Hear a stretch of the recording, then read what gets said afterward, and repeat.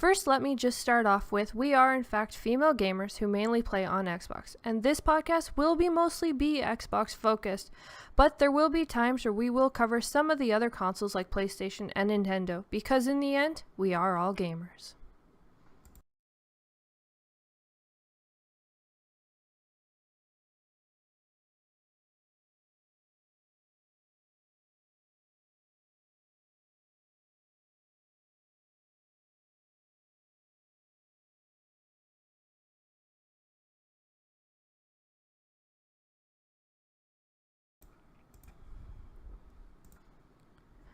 Hello everybody, welcome to the first episode of the Gaming Den. This show will be full of topics and entertainment.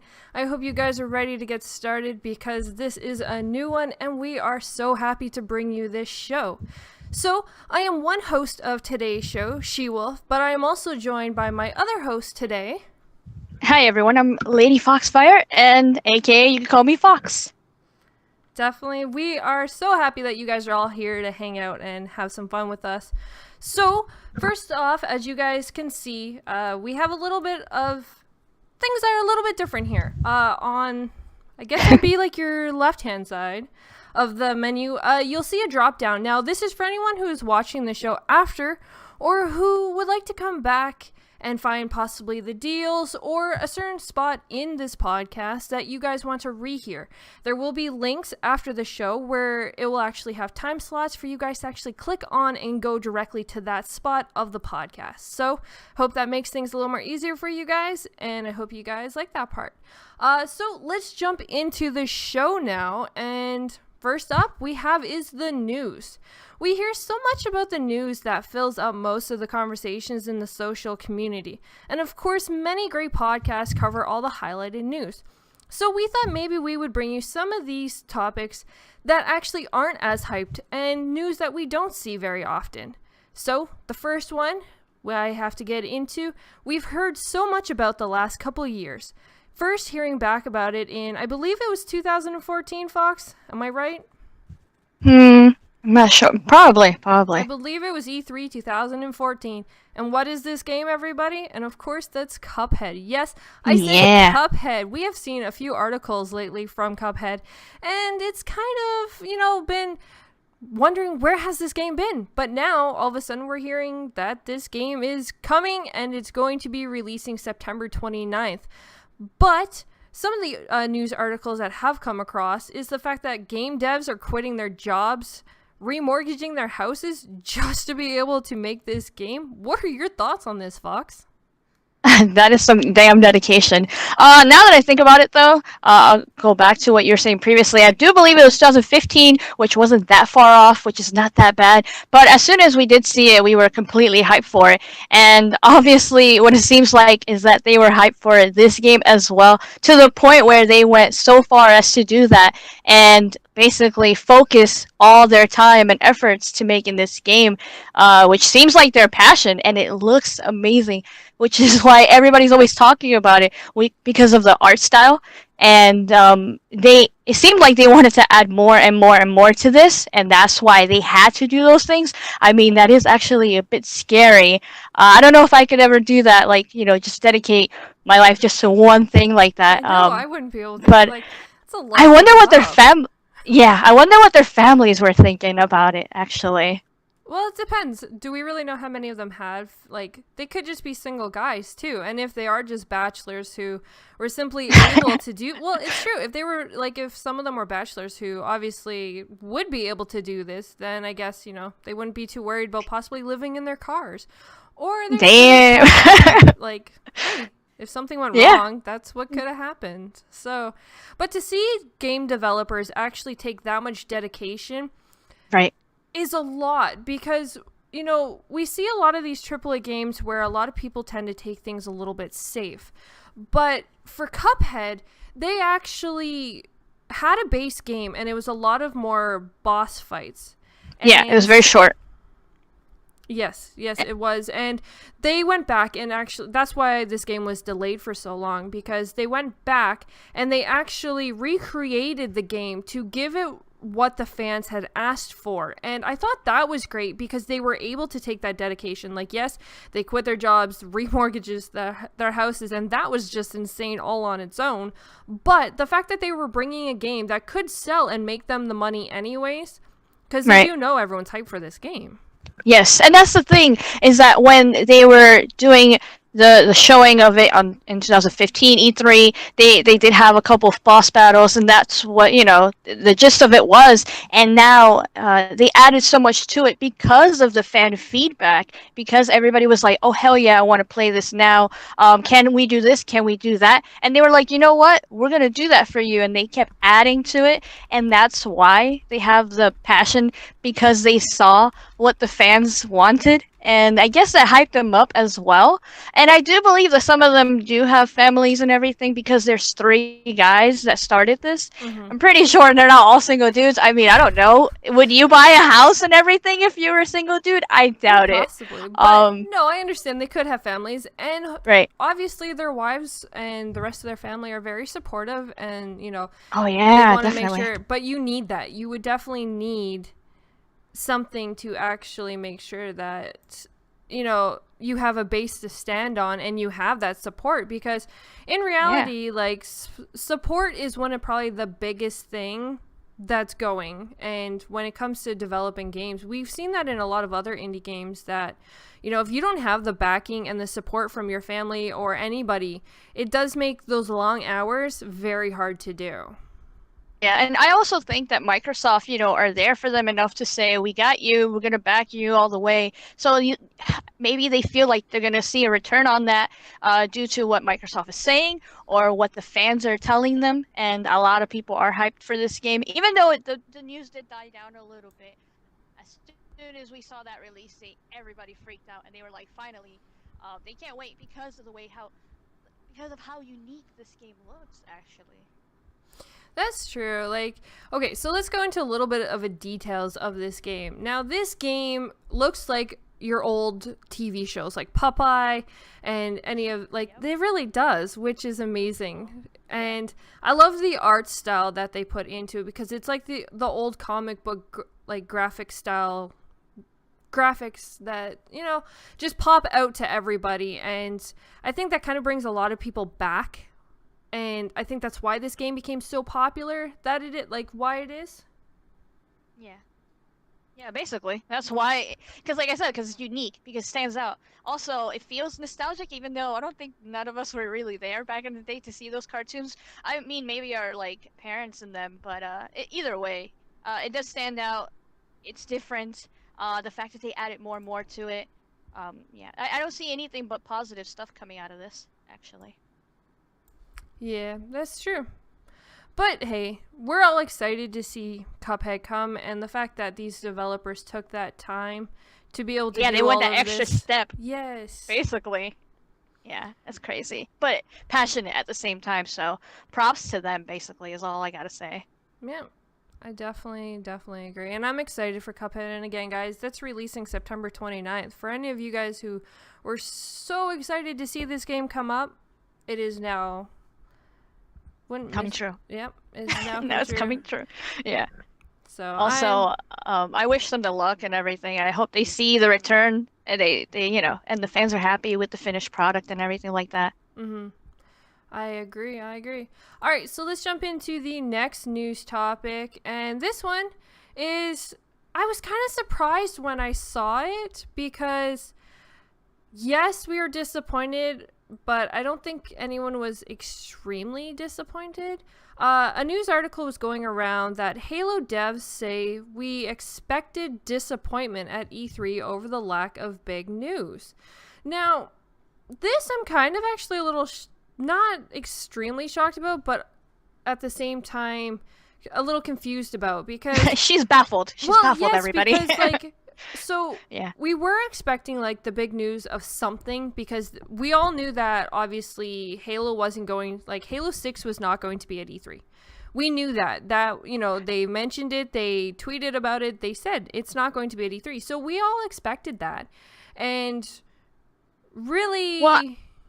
Well, actually, I feel like it was a little bit more back and forth, because we all wanted to see it. So, right? So our hopes were high. Then, like, what, a month and a half or something before E3, then they said, no, we're not going to show Halo 6. So then we were kind of like, oh, man, right? So we got a little bit disappointed, well, most of the people's. And then they said, oh, but we are going to be there to show something else, right? So it was kind of like a back and forth thing, which was kind of interesting. Yeah, but then it turned out that they didn't even show whatever they were supposed to show. Well, not on the main stage, no. But No, they did no. show in the Xbox Daily thingy. Yeah, So, but yeah. I mean the main stage. Like, Right, 343 is a development company that is very high standard grounds, and you would believe yeah. that they would have whatever it was on the E3 show, because that's a name that is going to make people pay attention. And Right. for them not to do it, it was kind of shocking at that point, but at the same time, why, like, I don't know. She's Why, baffled. I am a little baffled by this. Like, why were you expecting disappointment? Like, why would you come out and say we were expecting it? Like, if you were expecting it, then why didn't you do something? I mean, there's not much they can do, obviously. They have to wait for Microsoft's go-ahead, right? So they're kind of behind a wall. And even if they want to show the fans what they've got going on and they want to tease us, Microsoft is like, no, if it's not ready, don't do it. We don't want to go through this whole thing again where, you promise something and don't deliver kind of thing. Mm-hmm. So I think 343 is behind a wall right now, and Microsoft is keeping them there for a reason, which is understandable. And yeah, it is a bit weird for them to say, we expected disappointment. We knew we were going to get hate. But at the same time, when you think about it, Halo fans are really passionate people. I mean, you even got so far as certain Halo fans like certain Halo games more than the others. So they say 3 is the best, forget all the rest. Or you got people that are like, no, I really like Halo Reach. Let's go back to that. I don't like the new stuff. I don't know. So yeah, they're very passionate. So maybe that's why they expected some hate or some backlash, because not every Halo fan likes Halo Wars, and they knew that's all they had to show. So I understand in a certain way where they're coming from. Yeah, well, okay, so from that aspect, yes, I completely agree. They literally could have just showed, like, Master Chief's face, or I know. His helmet. Well, they kind of did. They kind of did. They kind of did, but... They kind of did. In the intro in the beginning, I saw Kate, I saw Master Chief, and I saw some cars, and I was like, ooh, well, nice. Yeah, right at the very opening of their Microsoft briefing, they did show this cool little clip of Master Chief's helmet in the Xbox One X. So, like, I guess that was... to hint but not really hint, because like he does come out and say like he understands where the fans are coming from, wanting to know more about Halo 6, but at the same time he said the game is not ready yet. So if a game isn't ready and they don't want to obviously promote something that just isn't there, though I guess really a teaser trailer doesn't make sense. Like, what would a teaser trailer really need to be ready for? Like, obviously they have to have some idea of what the game is, right? True, but like, to be honest, they could have done the same thing that Metro Prime 4? That's the Nintendo one, right? They could have done the same thing that they did, literally show some font on some space background, and like that's it. I think everybody would like that, but I don't know, they weren't ready, and maybe at the same time they didn't think that was good enough. They wanted to show more, and Microsoft was just like, no, we're not gonna go through this again. And plus they had a lot on the stage already. How they're gonna fit in something just so small that they can't even talk about? Everybody's gonna be questioning them about it, and they're gonna be like, we can't talk about it, because it's still in development. Yeah, hold on. Okay, see, so their whole idea, if I'm going by what you kind of said, the whole idea of them not showing something too early, first off, they know Halo's coming. Like, come on, that is a franchise that always just releases. Yep, just like we knew Forza was happening, even though they didn't say anything. Exactly. Yeah. So for them to be gun-shy to show something too early is a poor excuse. That is just a poor excuse. Unless they wanted to show Locke, and they knew they were going to get hate. And then everybody was going to be like, where's Chief? Oh, I'm had it with this. I don't know. Well, they already came out and said that, like, this is going to be Chief or, like, focused on. Yeah, focused. So, yes, you're right. For them to But Locke is still going to be in there. We know that. Well, yeah, of course. They're not going to, like, just... They'll get so much hate. They'll get so much hate if they just delete Locke. Like, come on. Right. That would be funny as hell, though. No, how would that be funny? Explain to me how that would be funny, that they would get hate if Locke was taken out. No, not the hate part, but the fact that all of a sudden he's missing from the... talking about? No, all of a sudden he's missing from the game, and we're like, what happened to that dude? But no, not the hate. Obviously, the hate is never funny. And basically that's why they didn't show anything, because it's not ready, and they're not. I don't know. Maybe they're just not ready to show a teaser or anything. It's kind of weird, but they did show Halo Wars, obviously. Yeah, so well, yeah. But they could have taken the Xbox One X and that capture of Master Chief's helmet. They could have literally just put like Halo 6 at the bottom of it, and I bet you like people would have been happy then. True, but again, people would have questions. Oh, like, oh my god, we just saw that you teased. Why is he like transparent like that? What did they do? No. Right? No, but like, as soon as they would show anything that had Halo 6 font on it, people would have 20 different questions, and then they can't answer anything. So that's why they just like literally left it out of the whole show. In my opinion. But I think that was I understand they're going to show it next year because, of course, that's the year it's coming out. So it's understandable, but at the same time, I don't even know if it's coming out next year. You don't think it's going to come out next year? I think it's going to be teased. I don't think it's coming out next year, to be honest. Why? Why don't you think that, though? Because they're still working on it? Yeah, I don't know. They still have a whole nother year. Like, why when... Like, Forza was this year. Gears was last year. I mean, I hope. Halo was the year before. So technically, if they stick to their 3-year sequel that they go with, then technically Halo 6 should release next year. I think I'm so used to them teasing a Halo and then coming out later on. Well, they're gonna tease it. They're gonna tease it at E3 next but like, year. Well, then that would be a bit different in their playbook.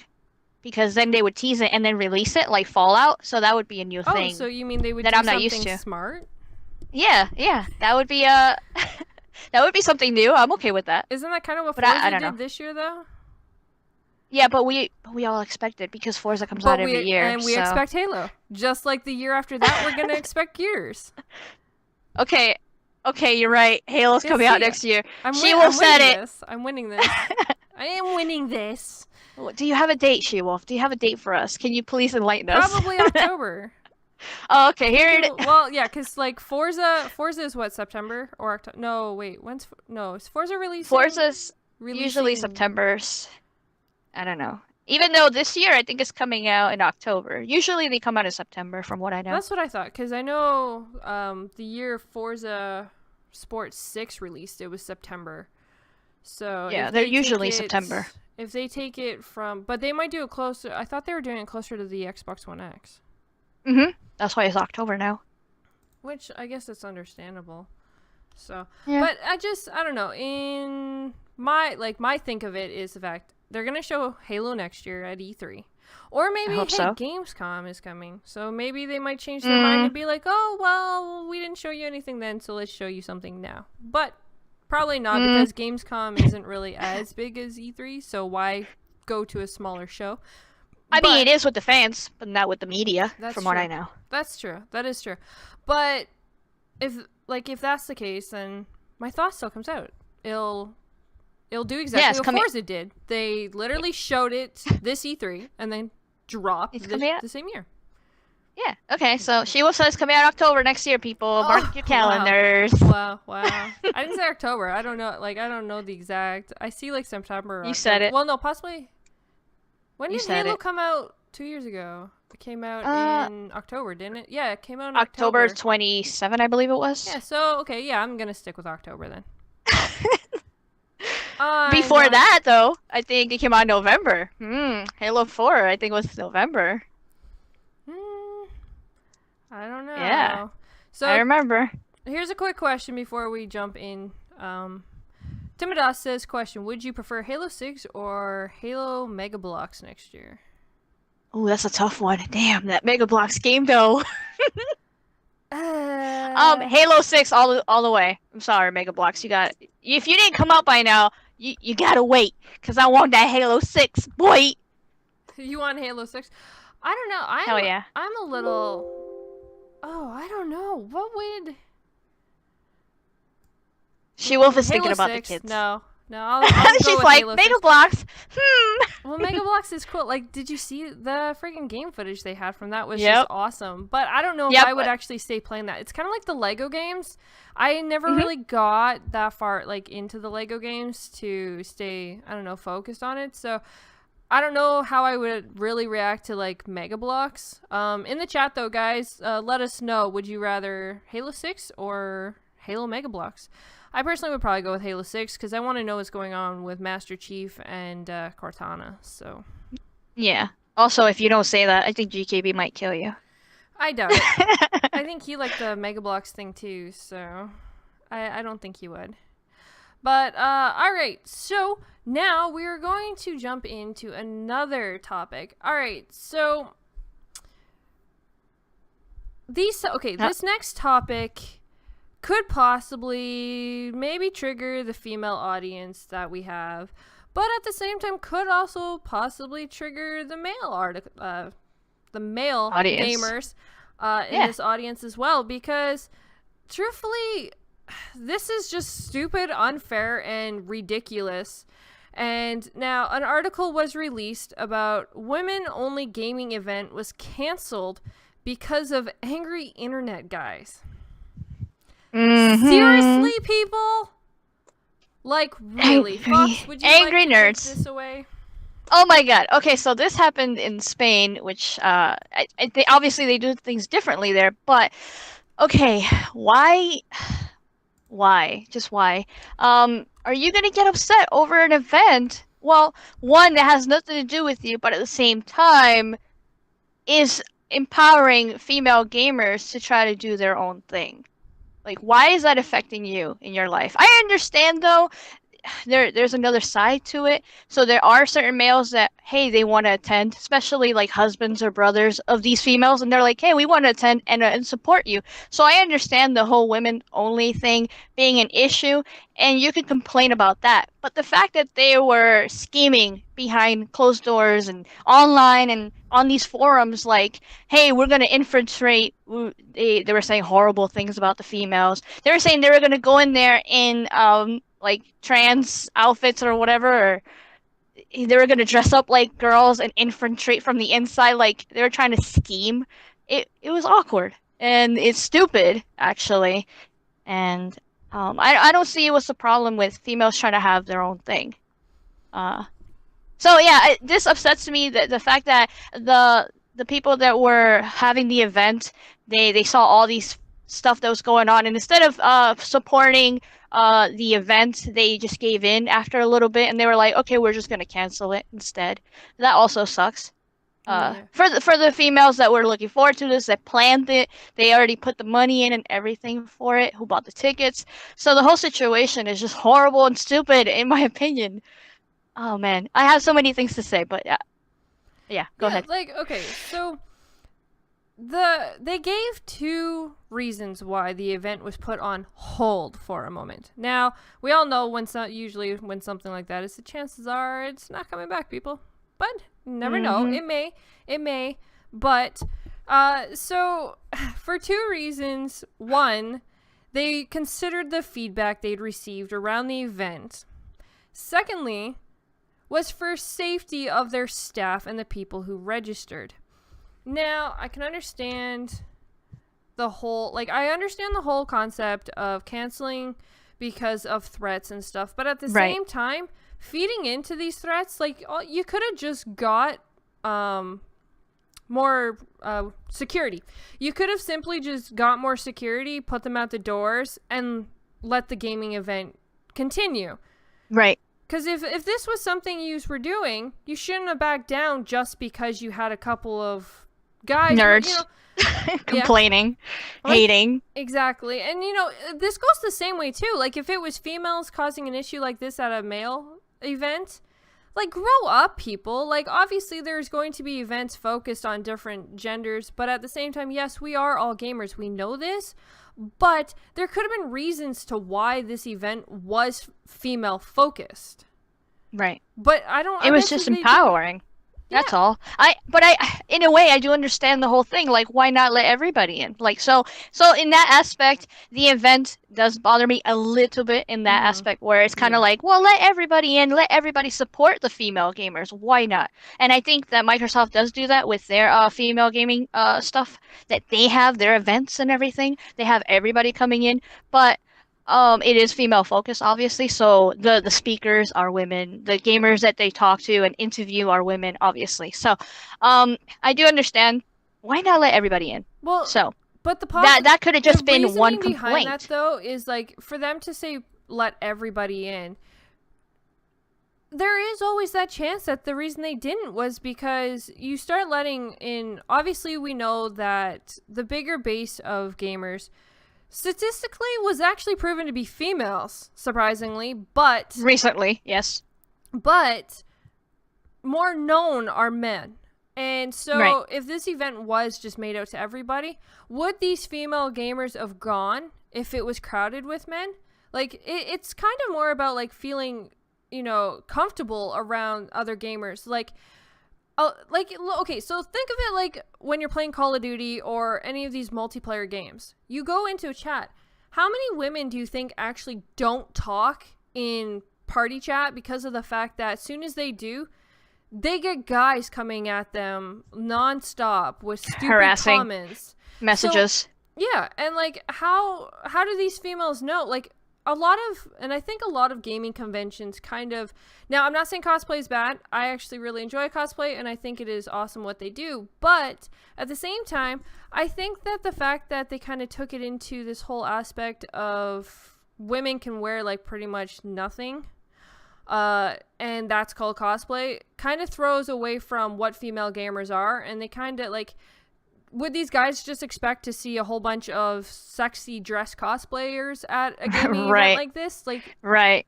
Yeah, they're like, hey, let's go over there and pick up some chicks. Yeah, that I understand your yeah, point. so would it take away from what the concept of the actual gaming event Right. was, where then females would not actually, Feel comfortable yeah. hanging out. Yeah, I completely understand where you're coming from as well. So yeah, there is multiple ways to look at it. So I agree. But the fact that you gotta go online in these forums and troll and hate just because there's an event happening in general, and you just want to go over there and infiltrate, because how dare they? Then that's just stupid. That doesn't get anything. That doesn't get nowhere except for the fact that it did, because it canceled the event. So are you happy now? Yeah, exactly. Exactly. Yeah. And that's where, I get confused on like, why are we making such a big deal? Like, why not just let them have their event? Yeah. Maybe Exactly. they might have just tried it out to see what gamers they could get at, what female gamers they could pull into. And then possibly, the year after that, it could have actually went to open For wide everybody. or, yeah. Right. Right.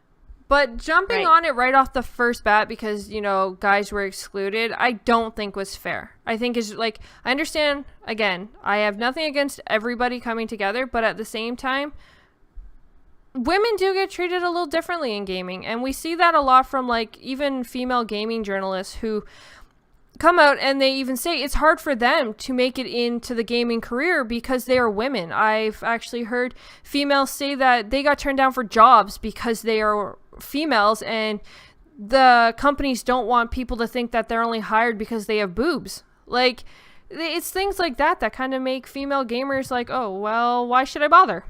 Right. So, And not only that, you do have some tomboy looking girls and they're not welcome, basically.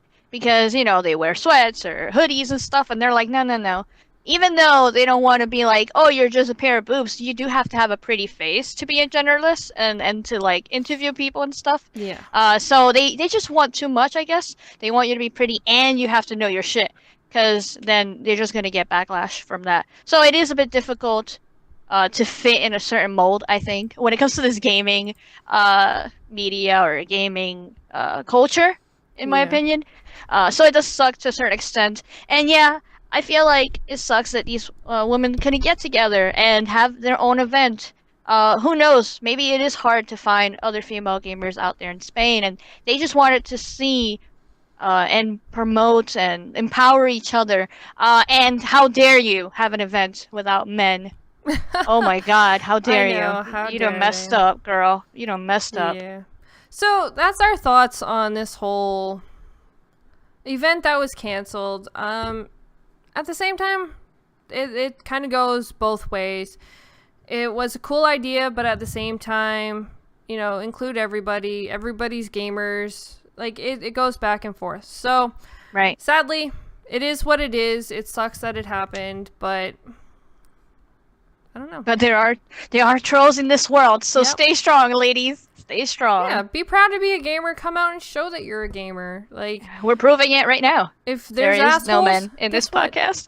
If they're assholes, just tell them. Go fluck a duck.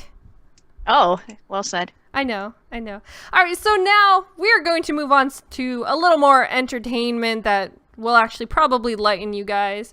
So I hope you guys are ready because we got something special for the next segment. Yeah.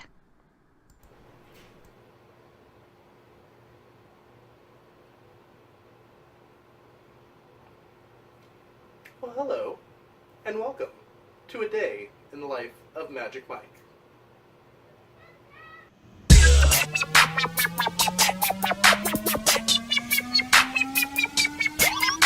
So, welcome to the house of Magic Mike. I figured if we're going to spend a day in my life, it all starts off with the home, because home is where the heart is. So let's take a quick little tour. As we first enter the house, we have this lovely entryway here. Lots of nice space. Here's the living room. Everything is still a bit of a work in progress. This has got to be one of my favorite parts of the house. And you know why? Because of that glorious 4K TV and that most glorious Xbox One S. Here we have my wife's little art nook. She is a very talented artist, as you can see from some of these paintings. This is her most recent piece. Now, we're going to head down to the basement where the magic happened. So you might be thinking, why would I take you to the basement? It's just got washer and air conditioner and cinder blocks. And you'd be right to think that I might be crazy for taking you into such a place like that. That's not where the magic happens. Not at all. No. The magic happens right here. Here you can see my little Stay Puft Marshmallow Man. I love that guy. This is where I sit every Tuesday night when I do Console Corner. So when you hear me talking all that awesome gaming news with GKB and the crew, I'm sitting right there. So you may be asking yourself, why oh why did Magic Mike just take me on a tour of his house? Well, the answer is really simple. Family is really what's the most important thing to me. And being able to see where I live, how I live, what I'm doing day to day is one thing that I just wanted to give you an inside look at. Being able to spend time with my kids, especially right now while they're still young, is very important. When I'm not doing a podcast with GKB and the crew, when I'm not playing video games, I'm spending every minute that I have with my wife and kids. It's very important to me, especially coming from a military family where my father, when I was young, was out on ships for 6 months at a time. I just think it's really important to spend every moment that I have with the kids while they're young. And that's why you're not going to see me playing on Xbox Live during the middle of the afternoon as soon as I get home from work. When I get home, I'm going to spend every waking moment that I have with them. It's just the most important thing in the world once you have a family. Beyond that, once the kids go to bed, I really enjoy spending time one-on-one with my wife. We don't really get a whole lot of alone time when the kids are awake. They're always around us, which is a great thing, but sometimes a bad thing. So that's why you normally don't see me online on Xbox Live until, Friday or Saturday nights after about 11 o'clock or so. I really just wanted to show you around the house, show you where me and my family live. Just a couple little snippets here and there. You may have seen some family members wandering around in the background, and I just, wanted to show you everything that goes on.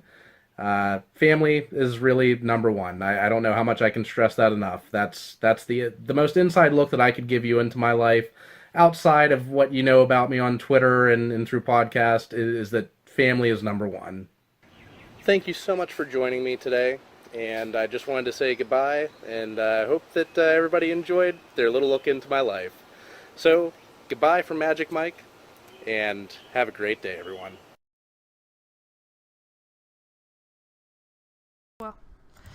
All right, guys. So there you have it. That was the very first Insider on Real Gamers. If you want to be part of that segment, just simply send us your video to the GamingDenCast@gmail.com, and your video could be posted as Insider on the Real Gamers. So, yeah, if you guys would like, or you could also message us on Twitter as well if that helps, and you would like to get your video included on that. Yeah, I love that video. So so adorable and funny at the same time. So thank you to Mike for doing that. He's like our brother. Yeah, we appreciate him for showing the whole idea and concept behind that, but we want to include the community and, you know, make a lot of things fun and get people to actually get to know these gamers and what they're really like. And that's what that segment is for. So like I said, if you would like your video live, then DM us on Twitter or send us your video at the game. I think it's just GamingDenCast@gmail.com. The link will be in the description below after. So, all right, we are now going to jump into the games. Now, all right. Yeah, because of course we're gamers. So what do? We talk about games. And right off the bat, guys, we all know that games come around and a lot don't really get the attention that they really deserve. We do know that there's a lot of AAA titles that are obviously all over the hype. People are always, you know, oh my god, you have to get this, I'm playing this, and I'm playing that. Oh my god, Witcher, everything. Yes, Witcher, Mass Effect, like Call of Poopies. Call of Duty. Yes, no, that is true. But there's a lot of amazing games that actually don't get focused on, and we would like to kind of point some of them out to you guys each week so that you guys, you know, in case you guys did miss them, you guys can check them out. And now the first one that is in this list, I have seen so much around Twitter, and I started following them, and there's a lot of amazing things about this game. It's called Fortnite. This game is an upcoming survival and creative video game developed by People Can Fly and Epic Games, which is also published by Epic Games, which is pretty cool. Fortnite is described as a co-op sandbox survival game and is about exploration, salvaging items, crafting weapons, building structures, and fighting waves of monsters. Isn't that just crazy? Yeah, it's a horde mode, people, but co-op. It's a horde mode. Something that they know extremely about, because these are the same people that worked on Gears. I don't know if you noticed, but horde mode is one of their fortes. It is, and that is actually one of like the perfect things to point out. And you know, players will get to work together, salvage items they can use to build, and by day, they are building their forts, but by night, you are defending your fort against zombies for 14 days. Hence the title, Fortnite. This game is releasing July 25th across all platforms. Now, this is actually pretty insane, because for anyone who's actually paid attention or saw it on Twitter, the characters and the graphic style of this game is just outstanding. Like, it's adorable. It is so bright and colorful, but at the same time it's dark and gloomy. Like they exactly. Pulled it especially in at nighttime. Perfectly. Yes. Completely dark. So yeah, I think they worked on it pretty cool. Yeah. Yeah, People Can Fly were Gears Judgment developers. Yes, but at the same time, horde mode has always been amazing in Gears. Yeah, but Epic Games did the horde mode. Obviously, not some of the same people, so that's obvious. But then you have People Can Fly, which did Judgment, and they had a survival mode on there, which was actually pretty good, way better than the multiplayer. So I really like that. When I did play Judgment, I played Survival or whatever it was called, or Survive or whatever. But yeah, that was actually really fun. Which is a complete fun fact for all you guys. But you know, this game is going to be amazing for streamers. You're probably going to see a lot of like Mixer users and Twitch streamers and even YouTubers probably playing this game, because you have to survive for 14 days against like zombie hordes. Not only that, you got to work together and have the right classes and stuff like that, because they all do different things, right? Yeah. So you have people that do like weapons or building, and there was another one. I forgot what they did. I guess they mounted stuff like Gatlins and stuff. I don't believe know. so. But either way, you have to work together Mhm. and you have to build together. So obviously communication, you have to have the different classes. They showed some gameplay of this back on E3 when they did the Xbox Daily, and they were talking about it as well and Yep. showing some stuff on there. So that was pretty cool. Yeah, they did. And, it's just, I find the gameplay is going to be fun. Like, this is definitely one game I know I'm going to be streaming, and I am really hoping I can get, like, 4-way co-op stream going where we're all trying to defend this fort, because I just love the fact that you actually get to build your fort first. And you have to take your time and get this structure built before the night comes. Like, that's just kind of, like, it's almost like, what was it? No, it's not 28 Days Later. There's a vampire movie that's like, oh my god. I love vampire movies and I can't even think of what the hell it's called, but that's okay. Because this is video trying to games. think. It's all good. I'm trying to think too, because I love vampire movies. It's like 28 days or... no, 28 28 nights. days and 28 weeks? Or No, both it's 28 zombie. nights or something. There's like... Okay. I don't know. Anyways, okay, that doesn't matter. What matters is the fact that, like, I find that this game just looks really outstanding, and I find that this is a game that's not getting as much hype as I think it should be. But Right, it looks fun.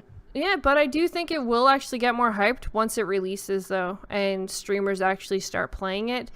But at the same time, it's a little hard when it's competing up against friggin' PUBG, so... But they're different, though. In a way, they're different. They're both survival games, though. Like, yes, like, in the aspect of what you're doing in the game is different, but they're still both survival. 28 Days and Nights. Is that what it's called? Maybe. But it's just that, like... Do we have a release date and everything for this game? Release date and price? Yeah, it's July 25th that this game is releasing, and price-wise, I believe it's like $20. Yo, so worth it. For the price, I thought it was gonna be like 30 or 40. That's what I thought. No, I don't believe it's that. I'm finding out the exact price. It's like a double A game though, right? No, I guess it's gonna be $59. Yeah, it's $59. Okay, so it is a full price game. It is $59. I would get it for sure if I already knew I had people to stream it with. I don't know if I would get it if it was just me. So I'm just being honest on that part. Because it is a team-based game. You know what I mean? Yeah. No, I understand. And I think, like... But you can get it... Oh, you can get on Xbox Live, you can get Fortnite Standard Funders Pack for $39.99. Oh, that's nice. So you can get it for, like, $10 cheaper. Which is which I think is actually pretty cool. But I love the graphics, and I like the idea of what they have you doing, and especially and now that many people are talking about it. Yeah, but I wonder what your buildings are going to be like. You know, you'll be able to have like robots and like building your structure. I'm really interested to see like how much you can go into details, if that makes any sense. How customized can you make it? Yeah, I agree. That would be interesting to see. And even the creatures, though, they're not like your normal zombies. Like, you'll see, like, ones with, like, eyeballs all over their bodies, and, like, they're not even your Yeah. What do you mean, ew? Ew? I don't want to see that. Wow. I mean, as long as they're, like, different sizes and stuff, that's interesting. they're all different. Like, you have, like, you do have, like, your little scrawny, hunched over, creepy-looking zombies, but then you also have, like, these big, giant zombies, and then, like... There's like all different kinds, which I thought were like really interesting. But nice. Your buildings, though, from what I saw of like a lot of gameplay and stuff like that, you actually got to like there was different kinds. There was like tree forts. There was like almost like rec yard kind of buildings and houses, and so I'm really actually excited to see how far you can go into building and exactly what you can build. I know I'm excited for this game, and I'll definitely be streaming this game. That's for sure. Tree fort all day. I'm ready. Okay, tree fort. Oh, we're gonna survive in a tree fort, people. Hell or at least yeah. we're gonna attempt it. We're gonna attempt it. Yeah. We're gonna attempt it. All right, so let's move on to another game that. Okay, so there was some. It was kind of back and forth for a little while. At the beginning of the year, we saw some trailers release, and this, of course, is the new horror game, Agony. Now, it's gruesome. This game is gruesome. It is an upcoming survival horror video game developed by Mad Mind Studios. Now, okay, the development company themselves makes perfect sense to why this game is what it is. Of course, jokes aside, people. But it's published by Playway. Players begin their journey as a tortured soul within the depths of hell. Without any memories of their past, this game is developed by, of course, like I said, Mad Minds. And this game was supposed to come out in June. Now, this is where my thoughts kind of go a little confusing, because this game was supposed to release in June. It had a June release date, but there is no word of it releasing. If you go to Steam, I don't even think you can find it on Xbox yet, but if you go to Steam, it just says coming soon. So obviously the game has been delayed, but they didn't actually announce that it's been delayed. And I guess that could confuse people, especially if you're trying to get your game across. But this game has to be one of the most creepiest, like, first off, it's not for kids. Do not let your kids play this game, people. Like, there is nudity, there is, like, I can, like, the details on this game is outstanding. For any, like, church people, don't play this game. Church people. Church people. Because, like, this is, like, Church straight lady. up. This is straight up Isn't hell. that special? Well, it is. Like, you're going through, and, like, some of the trailers, like, if you watch them, there's, like, this evil, I don't know exactly what she is. She's obviously not, like, the main demon of hell, but she almost controls you, and you're, like, trying to please her kind of thing throughout the game, or at least that's how it seems. I obviously haven't actually played this game. I am excited for it, though, just because it does seem really creepy, and it does have that oh my god factor to it, and I love that kind of stuff. I could care less about the nudity. You know, they could have put rags on the females for all I could have cared, but overall, I'm excited because they took the boundaries to something that you wouldn't have thought a game would be. Like, we have seen somewhat of this play style before in, like, Resident Evils, but never taken to the depth of what I think that this game is going, and how, oh my god, like, This is why I'm staying quiet, because, well, obviously you're excited for this and interesting game, but I'm already creeped out by it. I saw a little bit of footage and I was like, oh, hell to the no. Why? Let's hear why, though. Well, obviously, as it looks creepy, it's dark. Yeah, it's just scary. And the fact that you're in hell and there's like... It's just scary. That's your reasoning behind it. It's just scary. It's just scary looking, girl. I don't want to be anywhere in hell, so I'm good. I don't want to go anywhere near that. But it looks good, though. Like, graphically, it looks good, though. I'm just kind of like, I'm good. I'll stay away from that, you know? Yeah, I agree with Timidos. It's like Resident Evil 7 crossed with Dante's Inferno. Like, the game is insane, but at the same time, I think it seems like it could have a really amazing story. Maybe. It was a Kickstarter game that obviously got funded by Kickstarter, and now, again, it was supposed to release in June. Where are you, game? Where are you? Yeah, what the heck? But it's not out, obviously, and I wonder how well it's going to do because of how graphic nasty it is. Like, I guess it's really, like, I guess that's how it really comes down to. Like, obviously parents aren't gonna let kids play this game. That's for sure. No, but like horror fans or, you know, those people that love that genre, I definitely can see them picking this up because this is very unique. I do, but at the same time, this game kind of takes more from... See, I don't know if you can really focus it just on a horror, like, because, like, say, okay, for instance, you have, like, Friday the 13th that just came out, and you have Dead by Daylight that just came out, Resident Evil 7 that came out. Now those games, they have the horror factor to them, but at the same time, they're not something that like I guess would pull you in as much as what you would think this game is going to do. Well, yeah, because I mean, for me, from what I see, I'm not scared of those games that you just mentioned. I know they're survival, and you do get like anxiety and stuff when you're playing it, and you're like freaking out. But it's not as scary as this looking kind of game where it's story based and it's gonna get deep and it's gonna get weird. That's what it seems like from what I've seen of the gameplay so far. Obviously, they do have a Twitter, and I'm seeing their stuff on there. Obviously, no date, no releases yet, but they do have a lot of pictures, screenshots and stuff. And yeah, it looks scary as shit. I mean, I don't think it's just only survival. I think it's a survival horror to the point where it's going to creep you out and give you nightmares. That's what I think. Yeah, but it looks good. It looks good enough that I'm like, I'm good. I'm going to stay away from that.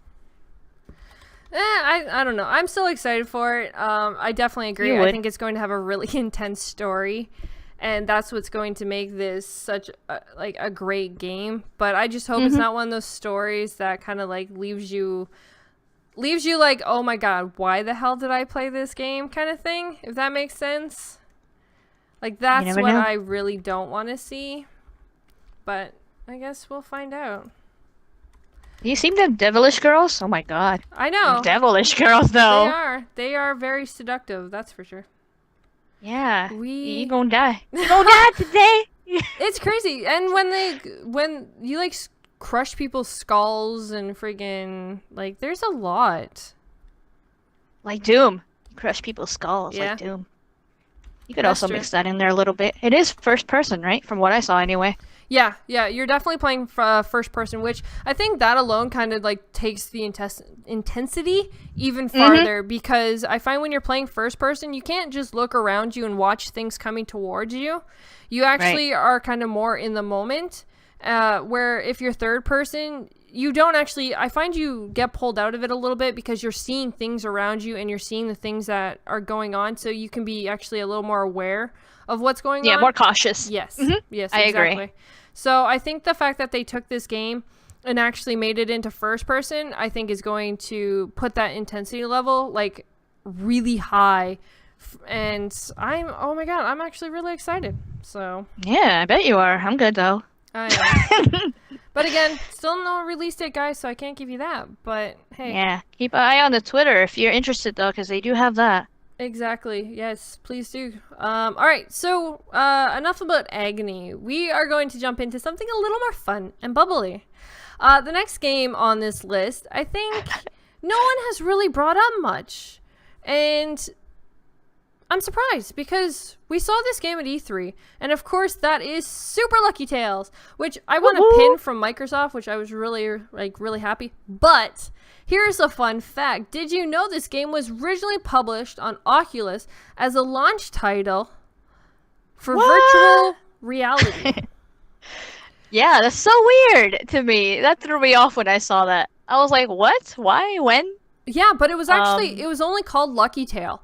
It wasn't actually called Super Lucky Tale. It was only Lucky Tale, and it was built from the ground up for virtual reality. That's so crazy. I thought that was so cool. This game is supposed to be releasing... it's interesting. Yeah, it is. This game is supposed to be releasing November 7th with the Xbox One X. So I wonder if they'll do a bundle. That would be kind of surprising. But... I don't know. Maybe. I don't know. But, you know, oh my god, this game... You know what this game reminds me of? Like, Super Mario Brothers. Yeah. Where, like, they had the raccoon tails and everything. Yeah. Like, I can see that. I do. And, like, it's almost like Mario... like Super Mario Brothers taken like what's the newest one? It's like 3D Mario World where like they can be the cats. It's almost like they took those two and just like put them together and created a fox. And I thought it was really interesting because you don't hear a lot of people talking about this game. It is an Xbox One exclusive, or at least the new game. Yeah, that and Windows, but yeah. Yes, well, from what I know, but yeah. We're consoles. Come on, people. If we're talking about console exclusive, PC is not a console. It is a rig. But Yeah, but it looks freaking adorable. I was super happy when I first saw it as well. And yeah, there are a few people talking about it, but not obviously in the gaming media or whatever. Within the fans, within the community, there is a couple people I know that are really hyped up for it, and that's how I see it most of the time. Mm-hmm. If I see Jamie or Newf talking about it, and they're really looking forward to it as well, that's really cool. But yeah, I don't see other media outlets talking about it, which is disappointing because this is I think it's gonna be a hit. It's gonna be a hit, girl. It's a totally family-oriented game, and also there's a lot of people out there, our age, obviously, who just love platformers and love to just escape from the whole Call of Duty and shooters all the time to just something different. And the way that this game presents itself, very colorful, you're platforming and you're doing puzzles and stuff. I think it's gonna be awesome. So I'm looking forward to it. And obviously, I was extremely hyped when I saw that fox. So I was like, yeah, boy. So yeah. I also like the fact that okay, so the one thing about Super Lucky Tales, it reminds me a lot of Yooka-Laylee. Now, Yooka-Laylee, when you go into this game, the maps are huge. Like, there's so much that you're getting. It's almost like taking, like, say, The Witcher 3 and turning it into a cartoon. And I'm hoping Super Lucky Tales is going to have that same base where there's so many levels and there's so much to do that you're always playing it. And most of these games do end up like that. That's why I think Mario became so popular the way that it did. Because of how there was so many worlds, and every time you go to a new world, you're experiencing something new. You're experiencing, even though it's technically almost like a cookie cutter, like they're almost like cookie cutter levels, and you're almost like kind of doing the same thing, but it looks different, so it makes your mind think you're doing something different. And I always thought that was unique, and I always thought that was something that was really great that games pulled you in for doing. Yeah, I agree. I can see that. I'm looking forward to it. I agree. And again, guys, that's releasing on November 7th. So I thought that was really cool. And oh, yeah. And the price. Did you talk about the price? No. It's amazing. It's $30. Completely worth it. $30. Come on, guys. $30.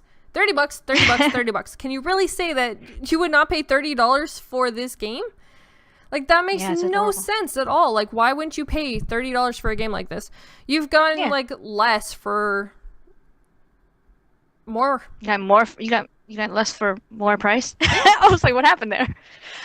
Sorry, my nose was itchy. I was, like, scratching my nose. I'm like, oh, my God. No. That's all good. I'm so jealous you got that pin, girl. I was like, damn. I won that. I actually won that. I was like, oh, my God, seriously? Because they do these giveaway things, and I, like...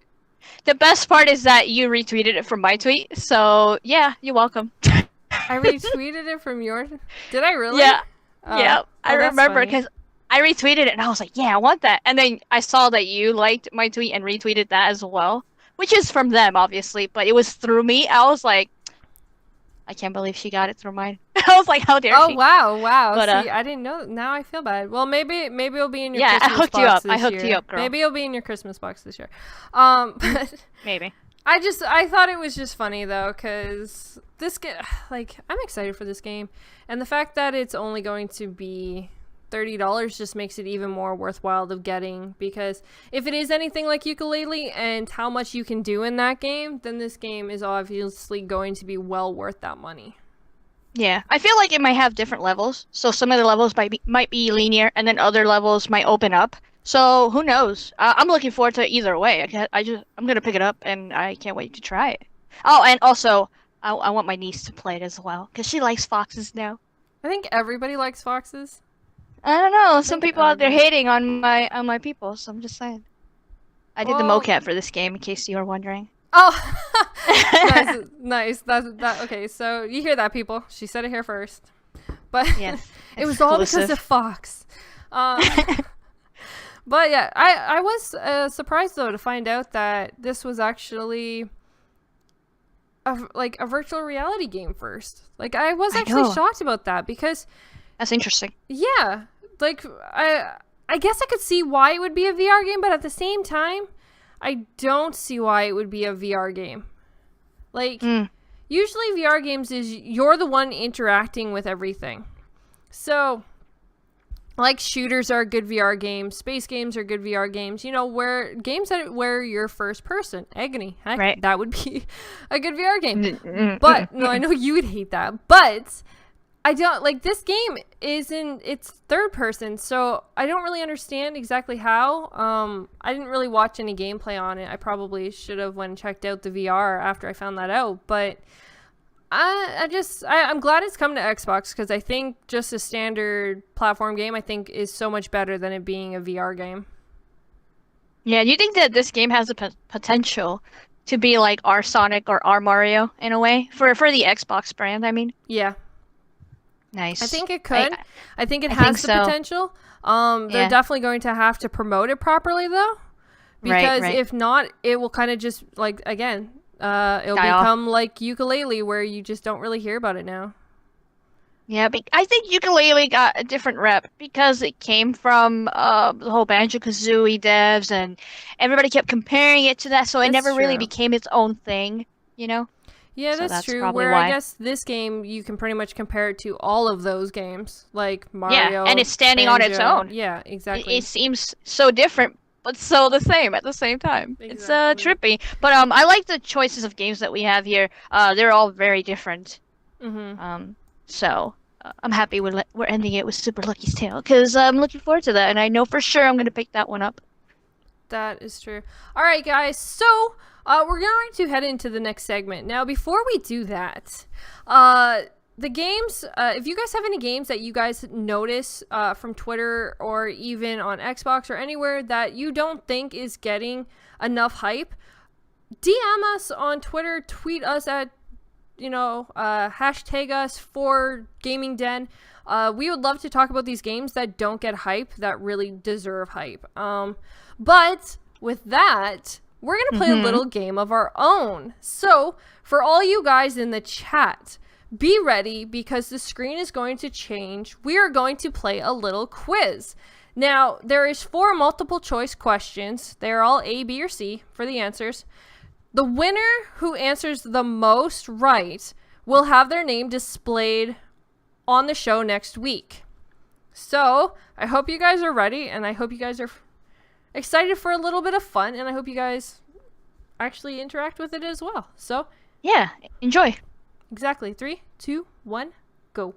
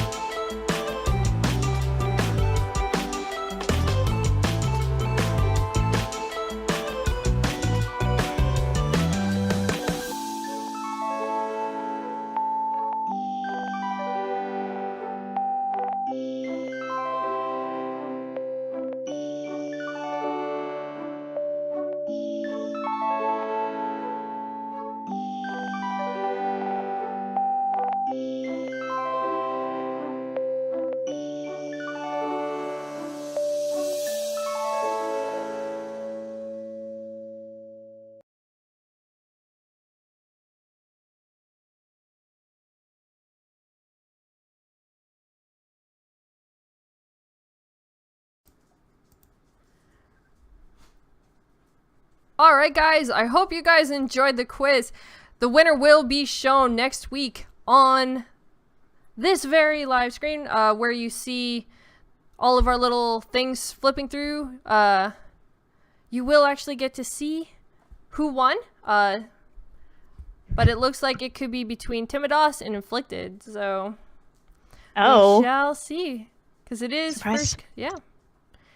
So we shall see, guys. But we will let you guys know next week, and you guys can watch and find out. Because, like I said, their name will be displayed on the show itself. So I hope you guys are excited, and I hope you guys enjoyed that cute little thing for the quiz. So I thought it would be a little nice add-on. But now we are going to jump into the questions from Twitter that you guys asked. All right. So we're gonna start with the first question, from Wendy. Why is Xbox your preferred console? I almost said platform, but you know what I mean. Really? Okay, so personally, I have to say that the reason it's my preferred console is because, well, first, that's what GKB was playing when we met, and I got into console gaming. I was PC gamer before, so I started playing it because of GKB, and then I just grew with friends, and it just became a community of gamers that I just enjoyed playing with. Plus, I also liked their UI much better than PlayStation. I like the features that you're given, so... Oh, there you go. That's why you stuck with it. Because at first I was gonna tease you and be like, "You're blaming GKB," but no, you have some valid points. I agree. So yeah, I chose Xbox. Yeah, because my ex had a 360, and I knew about Xbox before that because of my brothers. But then I started playing on the 360 with my ex, and I thought it was fun. Mhm. Like you, I like the UI and everything. At the time on the 360, actually they were going through changes. So the fact that I saw that it upgraded and it morphed into something even better, I thought that was really cool. But it was mostly the games and the community that got me into Xbox, and is keeping me there, and that's why it's my preferred platform right now, is because of the community and everything. So yeah, I like the games on there, especially the exclusives. So yeah. Awesome. All right, so Hunter says, favorite game so far in this generation? Resident Evil 7. That has to be like my all-time favorite game so far. Unless you're like including like the whole generation, then it would have to be Titanfall. Yeah, I think this whole gen, girl, you got it. That's a hard one. Really? Because I can count it down to 2 games. Titanfall and Resident Evil 7. They have to be like my all-time 2 favorite games so far. It's a tough one because there's a lot of great games out there, and I want to say Tomb Raider and show her some love because I love the Tomb Raider game, Rise of the Tomb Raider. Mhm. But obviously, I'm gonna go with Gears of War. I mean, are you guys surprised? I don't think so. No, I'm not Okay, surprised in the slightest. So Gears of War 4, the show. It just has everything. It has the story. It has the multiplayer. It has, the horde mode. I love it. And they always keep adding to it, so I could go on and on about it. Yeah. All right, so are you ready for the next question? Yep. All right, so Keith asks, how do you feel about PlayStation using footage of Anthem from Microsoft's video, basically? Okay, I don't know if you actually saw. Okay, me and GKB actually took this video and we watched in very, very fine detail. It's literally just a quick glitch that you see that bee. And honestly, Microsoft has done it before. We don't actually know if PlayStation was the one that changed that bee. Actually put that bee in there. We don't actually know that. It could have just been something the devs done while they were creating their trailer and didn't realize they did it.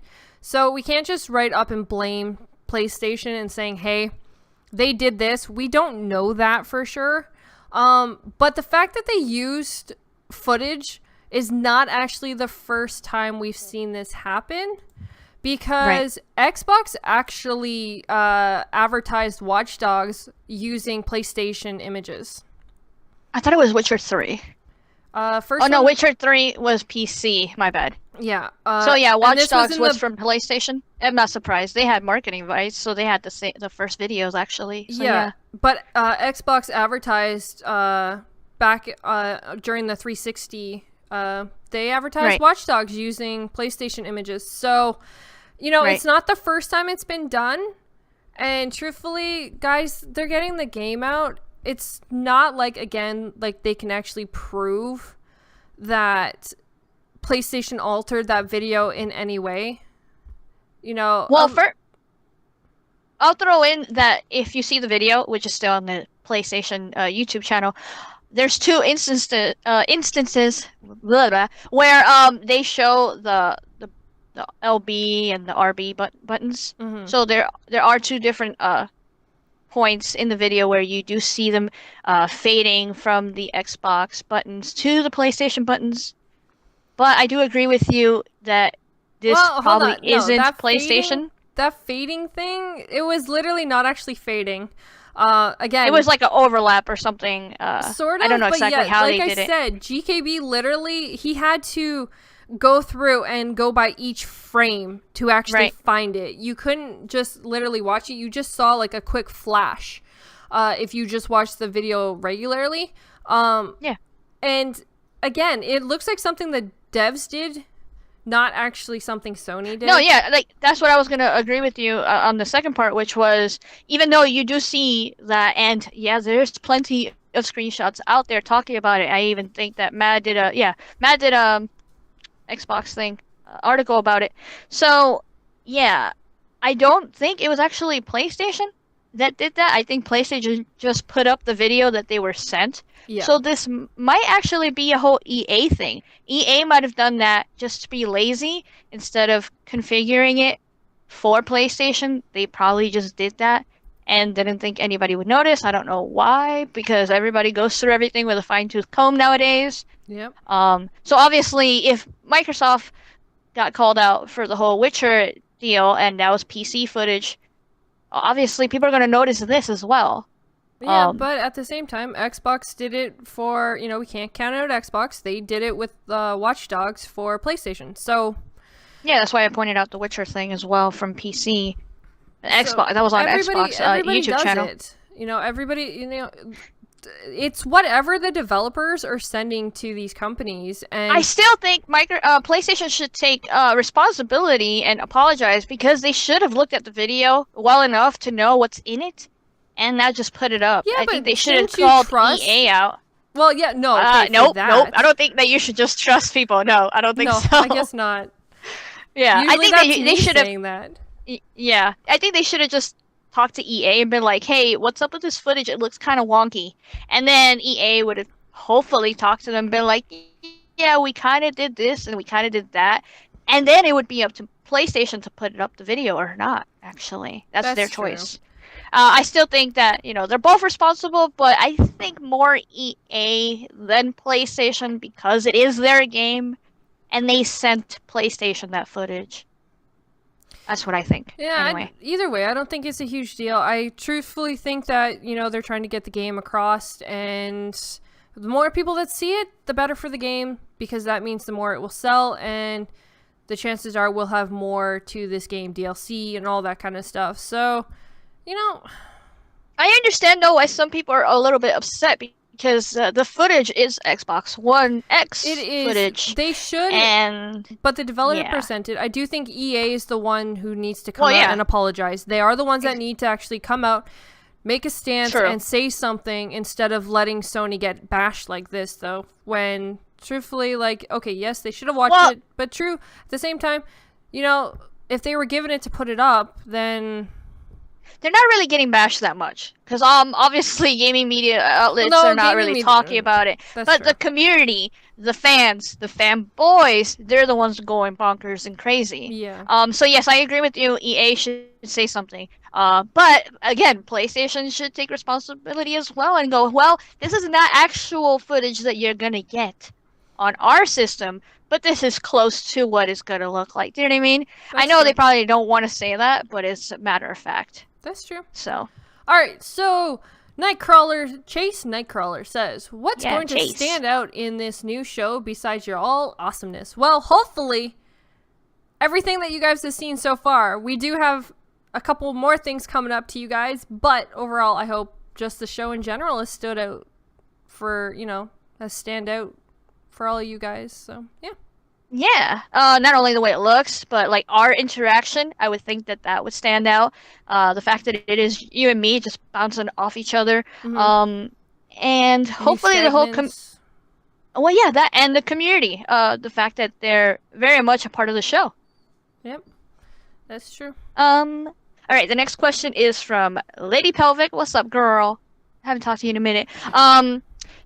PlayStation or Nintendo? I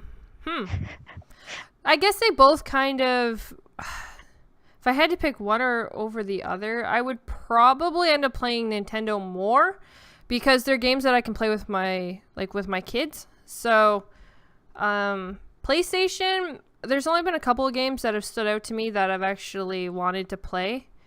But Kingdom overall, Hearts. Kingdom Hearts. I also really liked Bloodborne. The Order, maybe? The Order wasn't bad. GKB played it. I didn't play that one, though. She liked that movie. I liked that movie, yeah. I liked watching it. I didn't really play it. But I did also like Horizon Zero Dawn. So, there's a couple of games that I really liked on PlayStation. But Nintendo-wise, I have more of a play base with because my main console is obviously the Xbox, but I can play a lot of these games with my kids, and that means a lot to me. So I'd have to pick Nintendo. Any Nintendo titles that stood out to you? Because you literally shouted out PlayStation. Well, yeah, we're waiting to get ARMS. I want to try that game. I'm also really excited for Mario Odyssey. I really want to play that game. Nice. And again, there's a couple of other games. There was the Mario Kart 8. Got to race a couple times. Ooh. My son beat me, but yeah. So basically all the Marios and it's Mario. It's Mario. That's like the stand base. And I really want to play Splatoon 2. I really want to play that Splatoon? game. Yes. Nice. So. I think they had a demo on the Switch from what I remember. I don't know if you played that though. All right. For me, I would have to lean more towards the PlayStation side. Because that was one of my consoles growing up. I tried Nintendo here and there. So the first time I played NES, I played Duck Hunt, and that's about it. After that, I moved. I love that game. Girl, that was the best game in my opinion. When I was younger, I was like, I love this. But then, as soon as I jumped on the Sega Genesis, there was no going back. So I kind of lost touch with Nintendo, unless I was at my cousins or my friends' houses, which I would play certain games here and there, but I would always come home to Sega. So from the Sega life, I jumped to the PlayStation. So I have way more titles on the PlayStation side compared to the Nintendo side. So yeah, PlayStation would definitely be my secondary console. For sure. I played, and I have PlayStation 1, 2, 3, PSP. I've been through all that stuff with them. And I do have one PlayStation 4 game physically and a couple digitally as well. So, yeah, for me, it would be PlayStation. All right. That's awesome. All right. This one is not a question. It is actually just more of a comment from Jamie Moran. Indies give us games that big developers won't. Unique games. For instance, like Cuphead. I definitely agree with him. I do think indie developers definitely take more risks than any of the high AAA titles, but that's because they know what they're doing works and it sells. So I think they just tend to stick with what they know because of that. Where indie developers, they have to make a name for themselves if they want their game to outsell other indies. So they have to push the envelope. Yeah, plus they have more passion behind it because they have so much at stake, Yeah. So I can definitely see why he would say that. And even though I do prefer AAA games more, sometimes they just let stuff just fall at the wayside. And it's a bit disappointing when you have a big game and yet so many glitches and so many day one patches or delays. So it is a bit disappointing in that aspect. And with indies, they try to be unique. They try to give you something new and Yep. something that stands out and that you can remember. So yeah, I can agree with true. that. That's true. All right, the next one is from Dirty J. He has said congratulations to us for the show, which is cool. Thank you. And he would like to know, here. Oh, the story of how we both met. Sorry, I just skimmed through the fucking question. So yeah, the story of how we met, SheWulf. He would like to hear that. Wow. Okay, so this one's actually pretty much in a nutshell, I guess you could say. We met. It was all because of the Division. We did a podcast. Weirdly enough. Yeah, the very first Console Corner podcast was actually all about the Division. And we had this huge, like, dedicated show just literally to the Division. There was nothing else on this show but that game because we were so hyped for it. And I believe you heard it. Isn't that... Or was it... You can't remember. Oh my god, my heart is breaking right now. I know it was the Division. Okay, it was about a week or so before that in the chat, in PTK Blam's chat, where we started talking about the Division. Because they did have a similar show where they were talking about the Division as well, along with some other topics, I believe. And you and me started chatting on there. And then from there, obviously, it led to wanting to play the beta together. You telling me about your channel and your podcast coming up, which I went to go see as well. But yeah, it was on the chat that we met. I was sure we met after that podcast. No, because she's breaking my heart. I'm leaving. She's up. gonna have to find a new host now. No, do you know why? Because PTK Blam was on that podcast. Yeah, he was there as well. But so were you. Well, I know I was there. I know, but when I was talking to you in the chat, you were not on the panel. So I know it was PTK. Are you sure it wasn't after that episode, though? I'm sure. I remember. Prove it, damn it. Prove it. Oh, okay. I can't wait, am I going to have to prove my heart and my love to you right now? Are you serious? Okay, I can prove. I do know one thing, though. I do know the very first time we actually played as like a big like community game, though, was Rocket League. Yes. Because we bought you that game. Yes, you did. And that was the first time I talked to you. I was super shy. Yep.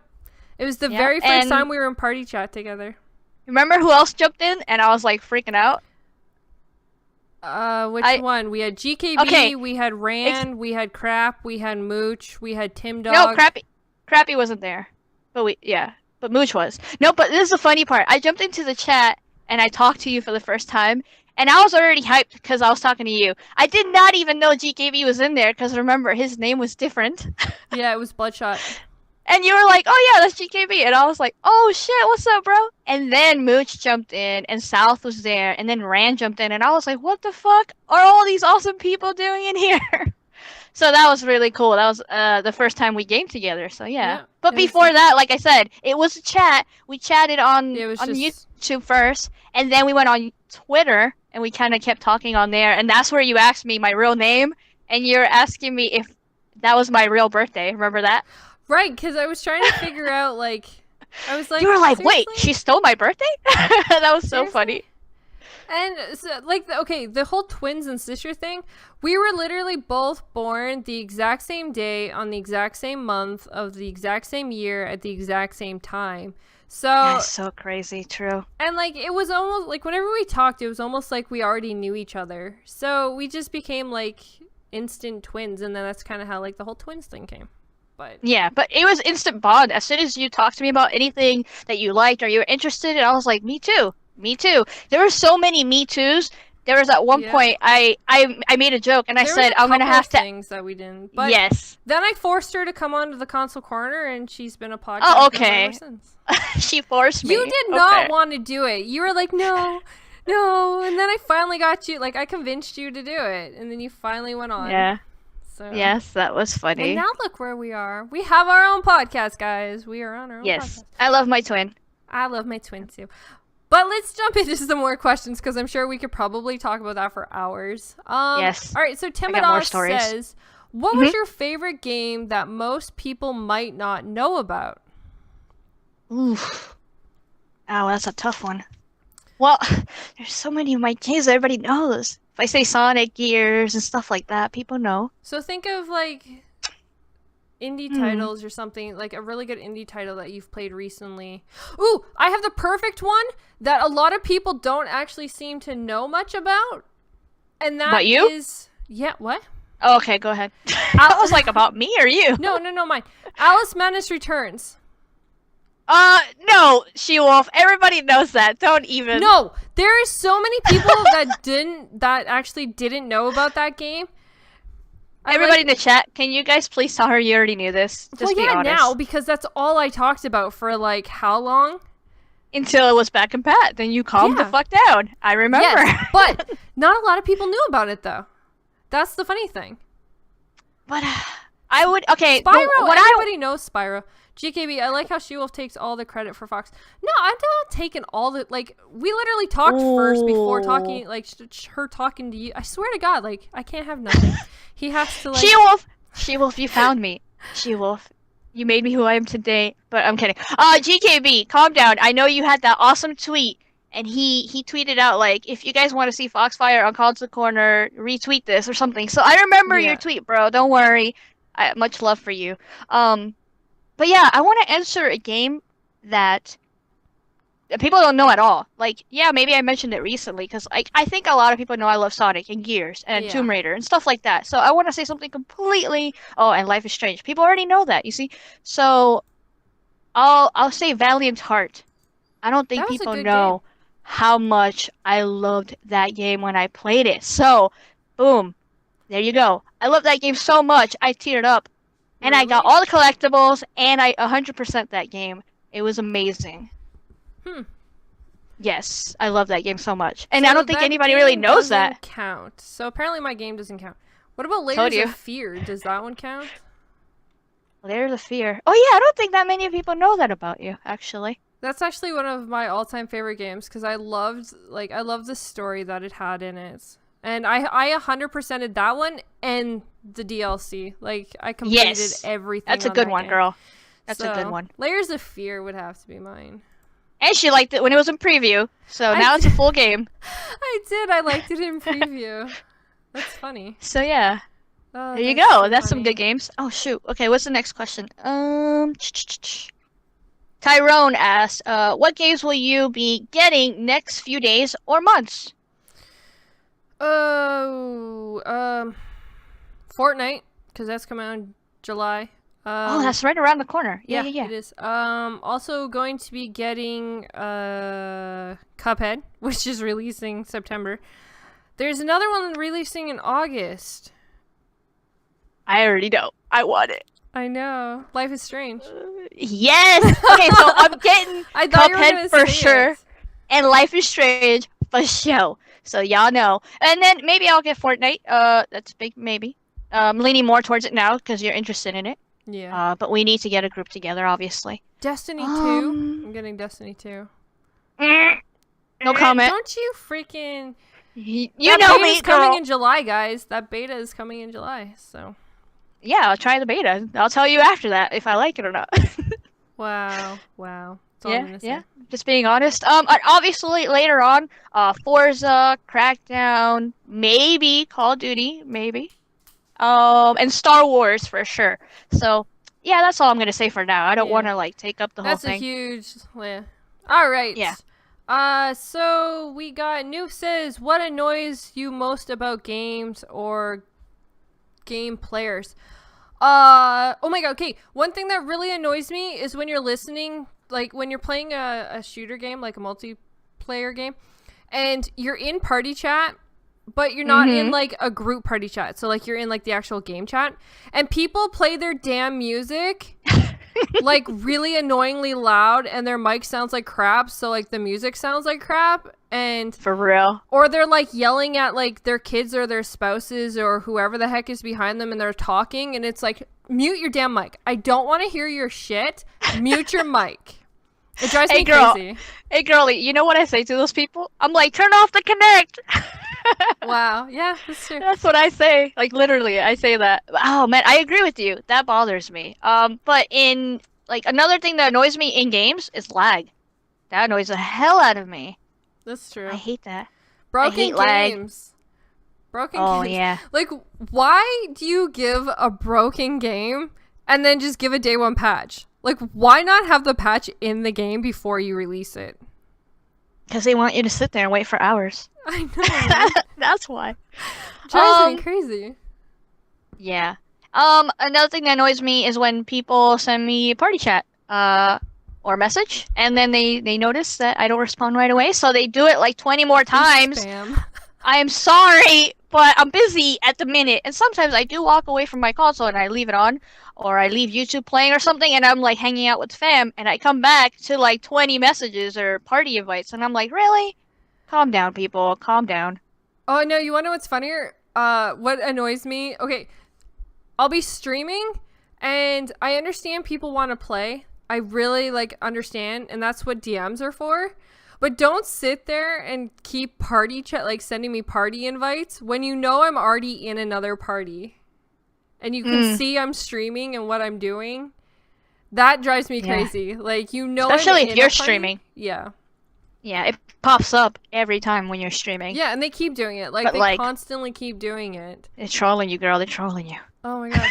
Like, there's been times where, like, I would try to, like, accept a game invite, but somebody sent, like, a friggin' party invite, so I would accidentally, like, get the wrong one, and I'd get kicked out of my party and sent into, like, this person's party, and then it's, like, usually some kid who's just, like, asking you really stupid questions, and it's like, wow, please stop. Aw. It drives me crazy. It does. Oh my god, does it drive me crazy. I like music in chat. I think Tim mentioned that. And I like when he plays music in chat, especially if I like the song. I remember you used to do that too, like a long time ago, like last year or something. You used to play music in the background.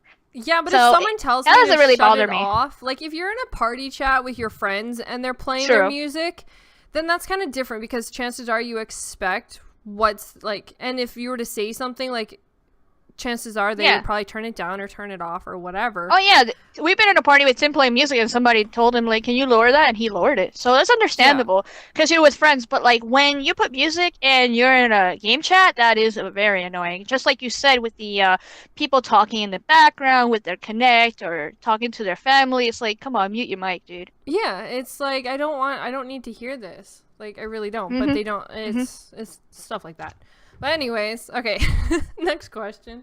The next question is from Inflicted. I think he's in the chat. What's up? What got you into gaming, streaming, and podcasts?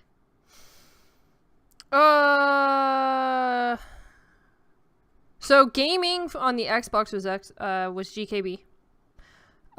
Gaming in general, though, growing up, my parents ran a computer store when computers first became a thing. And so I always had computers in the house. And then I got into like playing Ultima Online for anyone who remembers the old MMO kind of games. What is that? Yeah, it's like really old. But so, and then of course Dungeons and Dragons and all that. I used to play all that. So like first I played Dungeons and Dragons, which was like just straight up paper, dice, and all that crap. And then it became like a computer game. Ultima Online became a game, and then so MMOs became a thing. So I, started going to computers because, like I said, my parents owned a computer store when computers first started becoming a thing. So yeah, that's a given. That got me into gaming. Streaming, I just love interacting. I always love streaming. So it was literally just kind of, I like talking. I like playing games, and I like so streaming just worked. Same with podcasts. It was something like we actually had nobody really like. I'm sure nobody in our viewers really know this. We actually had a podcast before the console corner. I'm not going to say the name of what it was because it was just, and it was me, GKB, and a couple of friends that did it, and oh my god, it was just horrible. Like it was funny, but it was horrible. It was, and it was going nowhere. So we're like, yeah, no, we're done. But then I said I was done. I wasn't doing podcasts anymore. But then GKB started doing Blam Show and then the Console Corner started to become a thing, and I wasn't actually. I had helped with the idea of Console Corner with GKB, but I wasn't originally intended to be on it. I actually was just gonna kind of like be in the background, but somehow GKB convinced me to go on the show, and then yeah, kind of went from there. Yeah, thank you, GKB. Thank you. I appreciate that. Because if it wasn't for him, I wouldn't be here. Just saying. For me, the whole gaming thing, I got into gaming because, oh wow, my grandfather had an Atari. I don't know if I ever told anybody that. So yeah, I first played Atari. I forgot what it's called. Pong, I think it was. I don't know. So yeah, it was very simple, and I thought it was cool. From there, we got the Nintendo and the Sega. So it just became a family thing, like hanging out with my brothers, playing video games. So that's how I got into gaming. And the reason why I do streaming and podcasts together is because of my love for gaming that has grown throughout the years, through every console that I try. I'm still getting used to the whole streaming thing. So for me, it's still a little like a new thing. I feel like you were born for it though, because you love talking and interacting and reading people's stuff in the chat. So that's still something that I'm getting used to. But I love gaming, so that's why I do stream here and there, especially with friends that I care about. I just love that whole interaction. And then the whole podcast thing, well, obviously you got me into that. I had no plans of being in any podcast. I just wanted to do my own YouTube channel and talk about my opinions and share them because apparently I was annoying my brothers too much, talking about gaming news and stuff. And I was like, can you believe that EA did this? And then my brothers were like, really? Oh, wow, you should make a video about it. And watching Crap Gamer do his podcast and his videos, I felt like I want to do that or something like that. So I started doing my own YouTube. And then I met you through the chat on YouTube, watching other podcasts. And that's how I got into doing Console Corner. I was a guest, and you basically just kept encouraging me to keep going and I guess like get over my whole shyness. Yeah. So that's why I do podcasts now, because of you and GKB and this channel basically. Yeah. I just love sharing my opinions with my friends, and it's awesome that we have a community built around that, that they just want to keep hearing us every week. So that's what keeps making me come back and even starting this one as well. So I'm really happy that I did that. And all that stemmed from, my love of gaming. So yeah. Awesome. All right, so that is it for the questions. We are now going to jump on to the next segment.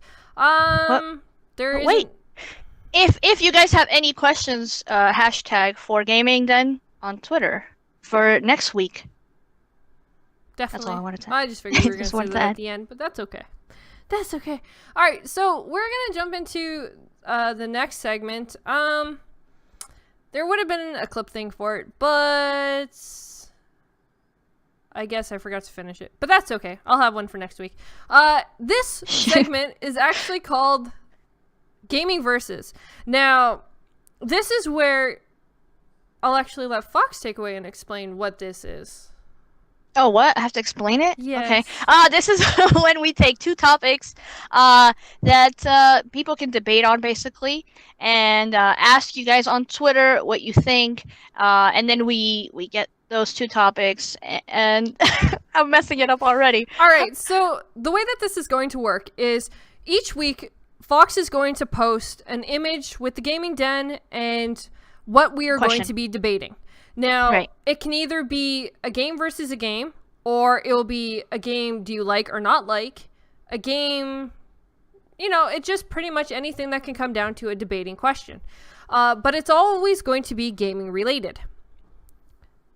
So, with that, we are going to read 5 tweets that we were given that from you guys. We picked the top 5 tweets, and we're going to read them, and then we'll do a poll that we will post after the show that you guys will be able to choose. Who do you think won?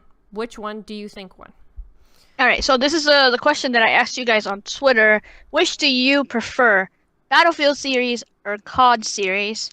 And you guys responded to those tweets. Do you want to start off? I think we got like 31 replies, by the way. That was pretty cool, actually. We did, but we're kind of going kind of long here, so we're gonna cut them down to just the top 5. So. Oh, okay, that's fine. I just thought that was really cool, though. Everybody responded. It was awesome. All right, Fox. So, your side, right. And then what's your first tweet? All right, so obviously I'm going to read off the Battlefield tweets because I prefer Battlefield. But I did want to know what you guys thought. So here's the first tweet from Timodos. He prefers Battlefield because it's larger scale, overall, slower pace, and class-based battle won him over. And he preferred Battlefield 3. All right, and I am taking on the Call of Duty side, guys. So, first off, one of the first tweets we actually got was from Mooch. It says, I have to go with COD, can't stand dying from #crop dust.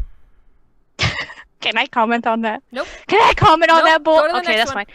All right. So the next tweet was from Tyson, Battlefield because of the huge maps and the vehicles. Okay. Yeah, I agree. Call of Duty side, we're going with, we got Nags. COD preferred Black Ops 2, and hopefully W2 brings me back to my roots as I think it was supposed to be this year. It was, wait, you chose the wrong side, buddy. You can't have both in it. Oh, Nags, no. you're officially Nags likes both. disqualified. So we're going to jump to quickly Newf's, and Newf is going to have, I will go with COD. Easier to pick up and play, plus campaign has always been more exciting. Oh, okay. I understand. All right, the next tweet I have here is from Seth. Battlefield 4, cause it desensitized the shit out of me. Got them PTSDs, and cause it's superior and more is more. But he did also elaborate in the bottom saying that he doesn't like Battlefield 1 that much. And for the COD side, we have Lethal Papa says, I would say COD really can't stand the cheap kills in Battlefield. Airplanes, tanks, machine guns, and trucks. Oh, damn. Throwing shots. Evolution on Twitter says, Battlefield 1, I have more time and experience with it. I enjoyed the hundreds of hours I've put into the series. So he's played a lot of Battlefield games. Cool. Alrighty. And so we're going into, I believe this is the last one, right? Mm-hmm. This is the last one for the COD side, and it is from Raphael. He says, COD, but only Black Ops faction. Treyarch games are just on point. Reason is the scope of the game. I prefer close quarter combat. Oh, okay. Yeah. Alright, so we have Cliche SF.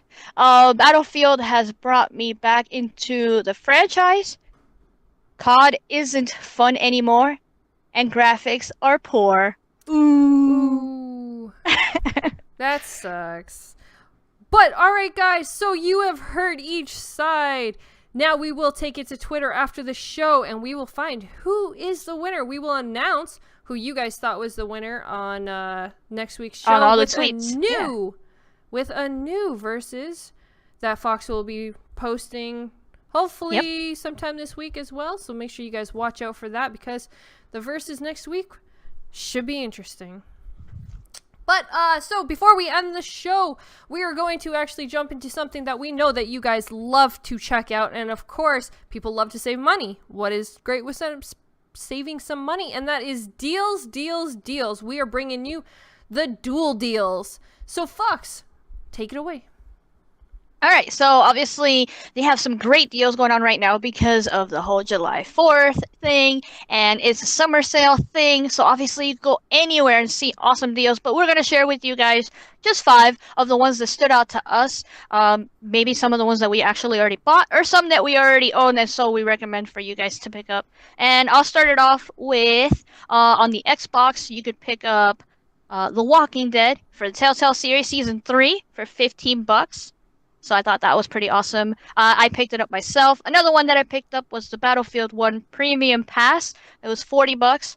So I've been having a lot of fun playing those new maps and stuff. And another one I would love to recommend to you guys to pick up is Life is Strange. The complete series is just $5. And I love that game. So it would be cool if you guys check it out. I do believe the first episode is free, by the way. So yeah. That's really awesome. All right, do we jump into the PlayStation stuff? Just All right. So on the roll. PlayStation side, two games that stood out to me was Ratchet and Clank, which is $8, but it's okay if you don't have PlayStation Plus. You can still pick it up for 10, which is still worth it. And Shadow of Mordor, the Game of the Year edition, which has everything, is awesome. So that's $4. Definitely worth it. And if you don't have PlayStation Plus, you can still get it for 6. Awesome. All right. So the deals that I got for you guys is, of course, I have most of these games, so I didn't really pick anything up, but there was some pretty amazing deals with Injustice 2. You can get for $50.99, but if you have gold, it is $44.99, which I think is a really cool price. Also, Ori and the Blind Forest is an amazing game, so that one is $11.99, but with gold, it is only $10. So I thought that was really awesome.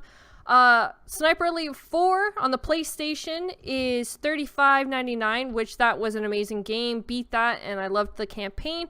Mad Max, which is another amazing game, is only $9.99 on the PlayStation as well, and I thought that was cool. But the game that I would recommend the most was a sale on Xbox Live. It was Resident Evil 7 for the price of $41.99, but $35.99 if you have gold. Nice. So Damn, that's some good deals right there. definitely. So make sure you guys tune in again next week for the game, the dual deals, and we'll keep bringing what we would recommend for sales.